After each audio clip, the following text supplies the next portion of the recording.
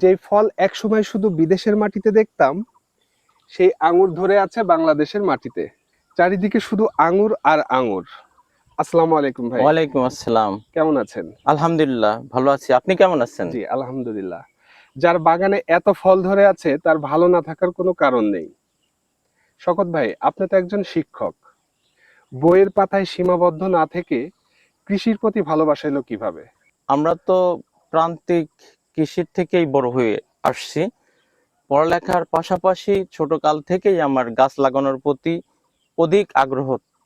আপনি কি ভেবেছিলেন যে আপনার বাগানে এত ফল ধরবে? হ্যাঁ, আমি এটা ভেবেছিলাম, কারণ মানুষের স্বপ্ন না থাকলে তো সে স্বপ্ন বাস্তবায়ন হয় না।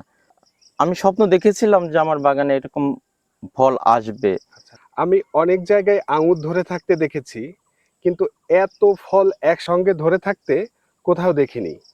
দর্শক, আমরা এখন আছি রাজবাড়ী জেলার কালুখালী উপজেলার মদাপুর ইউনিয়নের শিবানন্দপুর গ্রামে। এই গ্রামেরই এক কৃতি সন্তান শওকত হোসেন বাণিজ্যিকভাবে আঙুর চাষ করে তাক লাগিয়ে দিয়েছেন। আমার মতো অনেক মানুষ দূর দূরান্ত থেকে এই বাগান দেখতে আসছে।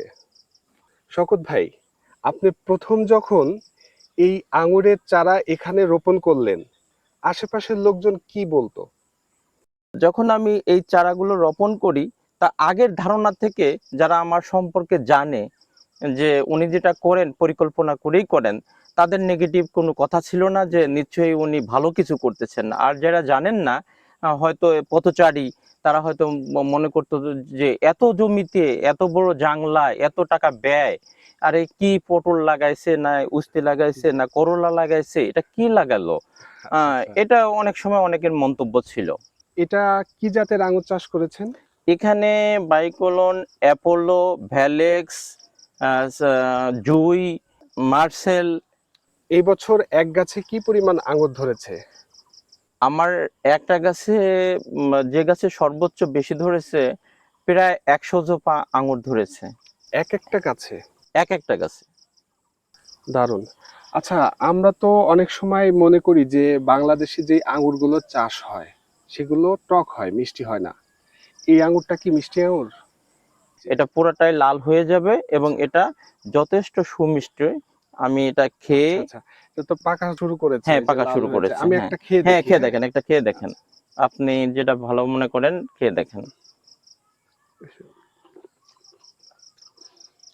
এটা সত্যি মিষ্টি, অনেক মিষ্টি ভাই। এই ফল চাষ করতে কি খুব পরিশ্রম করতে হয়? এটা যে খুব পরিশ্রম করতে হয় তা না। আচ্ছা মানে এটা সঠিক সময়ে সঠিক সিদ্ধান্ত নিলে এবং গতানুগতিক যে চাষ পদ্ধতি, সেই জ্ঞানটা থাকলে এটা চাষ করা সম্ভব। আচ্ছা, সত্যি শওকত ভাই, আপনি প্রমাণ করে দিয়েছেন ধৈর্য আর পরিশ্রম থাকলে অসম্ভব বলে কিছু নেই। আপনি তো এই আঙুরের চারা উৎপাদন করছেন। জি জি জি। আচ্ছা, এই চারা কি আপনার কাছে পাওয়া যায়? জি, চারা পাওয়া যাবে। যারা আপনার এই চাষ করতে আগ্রহী, তারা যদি আপনার কাছে এসে এই চাষ পদ্ধতি সম্পর্কে আপনার কাছে জানতে চায়, আপনি সহযোগিতা করবেন? অবশ্যই অবশ্যই। তবে দর্শক, একটা কথা বলতে চাই, কারো সফল হতে দেখে হুট করে বিনিয়োগ করা ঠিক নয়। কথাটা বললাম এই কারণেই, বাংলাদেশে একটা বাজে কালচার রয়েছে।